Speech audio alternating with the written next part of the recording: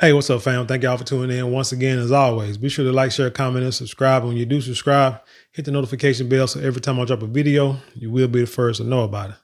So former NFL coach, Hall of Fame coach Tony Dungy got something to say to Kamala Harris. Let's go ahead and get into it. This is from the mediate.com, and it reads, Hall of Fame NFL coach Tony Dungy slams Kamala Harris for baby deletion comments. Quote, what faith are you talking about? Man, I'm glad somebody that's prominent came out from the black community and checked this woman on this comment. Cause it's one thing for us to say, ain't nobody listening to me. Dozen people here and there, maybe a couple hundred if I'm lucky. Hey, maybe a few thousand if it's a good day. But Tony Dungy, NFL, those brothers, what I'm saying, all us men love some football. And we respect Tony Dungy to the fullest. So when this man speaks, this is one of the people that we need to listen to. Legendary NFL coach Tony Dungy called out Vice President Kamala Harris for claiming it's possible to support baby deletion and maintain one's religious beliefs. I couldn't believe that when I heard it. Hold on, it says, throughout her campaign, Harris has repeatedly expressed her pro-choice views by explaining it's not an issue of religion. According to the vice president, it's simply an issue of the government telling a woman what to do with her body. You know what about grown folks? People think because they're grown, you can't tell them what to do. But if that was the case, then we wouldn't have no jail cells. We wouldn't have no laws, no courts, no police to keep you in check, no jobs with the rules and regulations, what they call it, policy and procedures that are done at corporations. Because you're grown, can't nobody tell you what to do. Sometimes grown folks have to be told what to do a lot. I got me a regular job, working against quote unquote corporate America, nursing, whatever you want to call it, medical field. I work with a number of grown folks. And a lot of them son guns are hard headed. A lot of them son guns are lazy, don't want to do anything. A lot of them son guns will think of every excuse not to do what they're supposed to do. So, yeah. Just because you're grown, don't make you smart, don't make you right. But in other words, somebody needs to not only tell you what to do with your body sometimes they need to go ahead and help you get it done because you can't make a right decision. Shortly after Harris posted that tweet, Dungy quoted multiple Bible verses in an effort to prove her wrong. Dear VP Harris, I hear you make this statement all the time, Dungy wrote. Exactly what faith are you talking about when you say you don't have to abandon it to support baby deletion? Are you talking about the Christian faith that says all babies are made in the image of God, Genesis 1:26, that God places them in the womb, Jeremiah 1:5, and that we should not take any life unjustly, Luke 18:20? That's an interesting verse there, Luke 18:20, because it kind of helps your baby deletion claim or the backing thereof when it's justly. Like I said, the example of if there's childbirth and in the midst of childbirth, the mother can, be about to lose their life if they have the baby, or the baby just not gonna have a regular life, this, that, and the third, then it may be just. I'm just saying, it may be justified because the mother could lose her life, and so, you do what you can because it's like the airplane scenario. You put the oxygen mask on yourself before you put it on other people. So if you grown still may have a chance to have other children, then hey, it's understandable. But if you're just doing it as a form of birth control because you're just too sorry or too lazy to go get $2 condoms at 7-Eleven, well, they probably don't know how much they are now. That was years ago. Good Lord. Do they still give them out to clinic? Huh. I wonder. But anyway, they did back in the day. Maybe the stuff you need to teach your kids.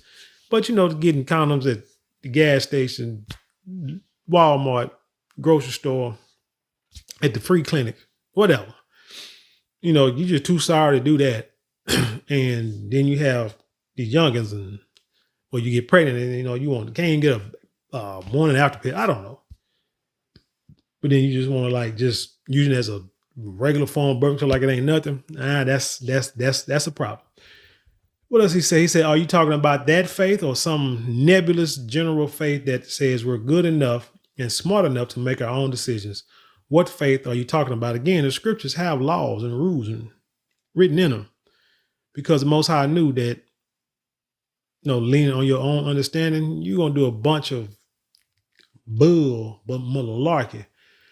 The retired coach is very open about his Christian faith online and has made it clear in multiple tweets that he's strongly against baby deletion. What's it say? Tony Dungy in Florida will be voting on Amendment 4 this November that would take all limits off of the timing of a baby deletion. If it passes, we will become the 10th state where that type of late term deletion would be legal. Please don't distort the facts and make a point. What does it say? NAACP? What NAACP says, Coach Tony? For the record, you cannot have a baby deletion in the 9th month. You cannot have a baby deletion after birth.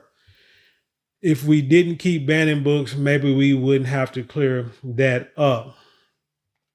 It's amazing because, God, there was a governor who did an interview. Was it West Virginia? Because Trump brought it up. Trump brought it up in his debate with Kamala Harris. And and that lady who's like Kamala Harris's sorority sister said it's illegal to do that, after the baby is born. But the way that governor said it was like, even if the baby somehow be still living or is born and is living, they'll just sit out to the side and just let it die. So it's technically not taking them out and chopping them up, but you just go over there and let them die, as comfortable as possible, as they say. So that's the same doggone thing. It's the same doggone thing. So don't try to like he said, don't try to distort words because you making people who don't know think that you do know or think that you are smart and really you are being deceptive. Because no, what you're saying is not legal. Like I said, to just bring them, but leave them to the side and letting them just pass away like that. That's you don't do that to you don't do it to a dog. But anyway, Coach Dungy has a point. And the thing about this, getting into religion, those who claim to follow the Messiah to get to heaven. For some reason, the scriptures have been distorted to make you think that the Messiah came and to bring everybody peace. So everybody can have an option. And everybody will have an opportunity for eternal life through him or, if that's your religion, right? But people skip over, very important verses. That's why the word grace, I don't like hearing that because a lot of times people use the word grace, but then they continue to go out and do the same bullcorn that they always been doing. That's not how grace works. When I had that conversation before. But the Messiah himself told you, and I saw this on a video that came across my feed a couple of days ago, and it's like, boom, right on time. Let me go ahead and drop this Tony Dungy video. And it says that the Messiah did not come to bring peace at all. And you might be thinking, man, no, you misinterpreting something. I don't know what the first thing you're going to say is, where you see that at? And I will show it to you because it is true. And this is from his own words. Again, if you follow your grandmama's religion, then you should be reading that book that your grandmama had and you should be studying it. And every time you see something, you should be asking a lot of questions, taking a lot of notes and doing a lot of research to get an understanding of what it truly means. He just came down here to become a human sacrifice so that You don't have to slaughter goats, put your kids on a bed of twigs and hay and set them on fire, giving 10%, not 10%, but burnt offerings. You ain't gotta do that no more. You just pray for forgiveness and then change your life and your habits and your way of living. That's it. Not he came so you can just live in sin and just say, hey, God knows my heart. That's bullcorn. Sure, that's bullcorn. Hey, your kids can, your kids tell you, the kids can tell you that and you still will beat them. You know what I'm saying? That kids can say, hey, mama know my heart. Whatever, mama's still going to beat you if you do something wrong. Daddy's still going to beat you if you do something wrong. So why in the heck y'all won't use that only when it benefits you? So I want to go to this. Let me see, to this scripture. This is Matthew chapter 10. And it talks about the Messiah sends out the 12 apostles. You see, so it talks about, he calls them his 12 disciples and gives them authority over unclean spirits to cast them out and to heal every disease and every affliction. And it tells you the name of them. It said the name of the 12 apostles are these: first, Simon, who is Peter, Andrew, his brother, James and John, Philip and Bartholomew, Curtis and Matthew, James and Thaddeus, Simon and Judas. Okay. So I'm not going to go through that whole chapter 10, but I'm going to go down to the important verses. It says, what did it say? It says, he said he sent them out as a sheep into the midst of wolves. So be wise as serpents, as innocent as doves. Beware of men, for they will deliver you over to the courts and flog you in their synagogues. And you will be dragged before governors and kings for my sake, and bear witness before them and Gentiles. When they deliver you over, do not be anxious how you are to speak or what to say, for what you are to say will be given to you in that hour. It said, because it ain't you speaking, it's the Spirit speaking, blah, blah, blah. We're going to keep going down. So this verse 34, Matthew chapter 10, verse 34 says, and this is the Messiah speaking. He says, do not think that I have come to bring peace on the earth. I have not come to bring peace, but a sword. For I have come to set a man against his father, a daughter against her mother, and a daughter-in-law against her mother-in-law, and a person's enemies will be those of his own household.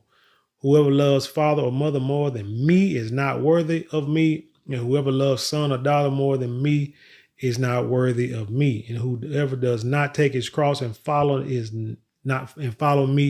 is not worthy of me.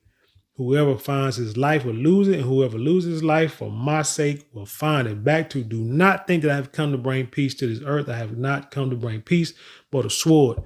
What he's saying is everybody is not going to be on board with him and his teachings. Just like everybody wasn't on board back when Moses was trying to get his people up out of Egypt and follow them laws and get away from them golden calves and all that good living that master had for them. And now it's time to go out to the wilderness and do your own thing. And folks like, I ain't trying to leave. I'm trying to leave Pharaoh like that. Man, we got it good here. Pharaoh, good white folk. Everybody trying to leave that, but what happened? Most of them ended up leaving. But like I said, everybody is not going to follow the path of righteousness. Everybody's not. Small number. So which means that when you sit here and say that in the grand scheme of things, baby deletion is not right, and everybody jump down your throat, you are probably on to something. You're probably on the right path, because doggone well, if everybody felt that way, half of the people in your family would probably not be alive right now. Instead of attempting to do the right thing, you would not be alive right now. So let's just keep it a buck. So I bring that up to say, hey, the Democrat Party, I don't know, this baby deletion, this this gender, this being able for kids to choose what gender they want and the parents not have the authority to say anything or even to know, all that kind of crap that's going on. Man, that is not of the scriptures. I'm sorry. That is not of the Messiah. And I'm glad again that Tony Dungy came out, high profile, Hall of Fame coach, well respected by most men, if not all men. I'm glad he came out and said something. And this story should be posted out to the masses. But anyway, tell me what you think about this story. Leave your comments below. Let's share with the world. Hey, let's have a dialogue, man. You know how we do it right here, have intelligent dialogue. Hey, I want to thank y'all for watching. But don't forget to like, share, comment, and subscribe. Those 4 things probably cost you no more than a couple of minutes out your day, but it mean the world to us. If you'd like to support financially, you can always give super thanks, super chats, or go to the description box. There are links there you can click on and you can support there. Don't forget to go to marlonmorales.com, get 10% off your first purchase. And also at the bottom of this screen, well, below this screen here, below this box, we got our store open up. You know, the Marlon Morales store. You can just click on that. You can see our products, get your products there. Hey, streamline it. But if you still want to go to the website, purchase there, get your 10% off. But with that being said, I'll leave you in peace, and I'll see you on the other side.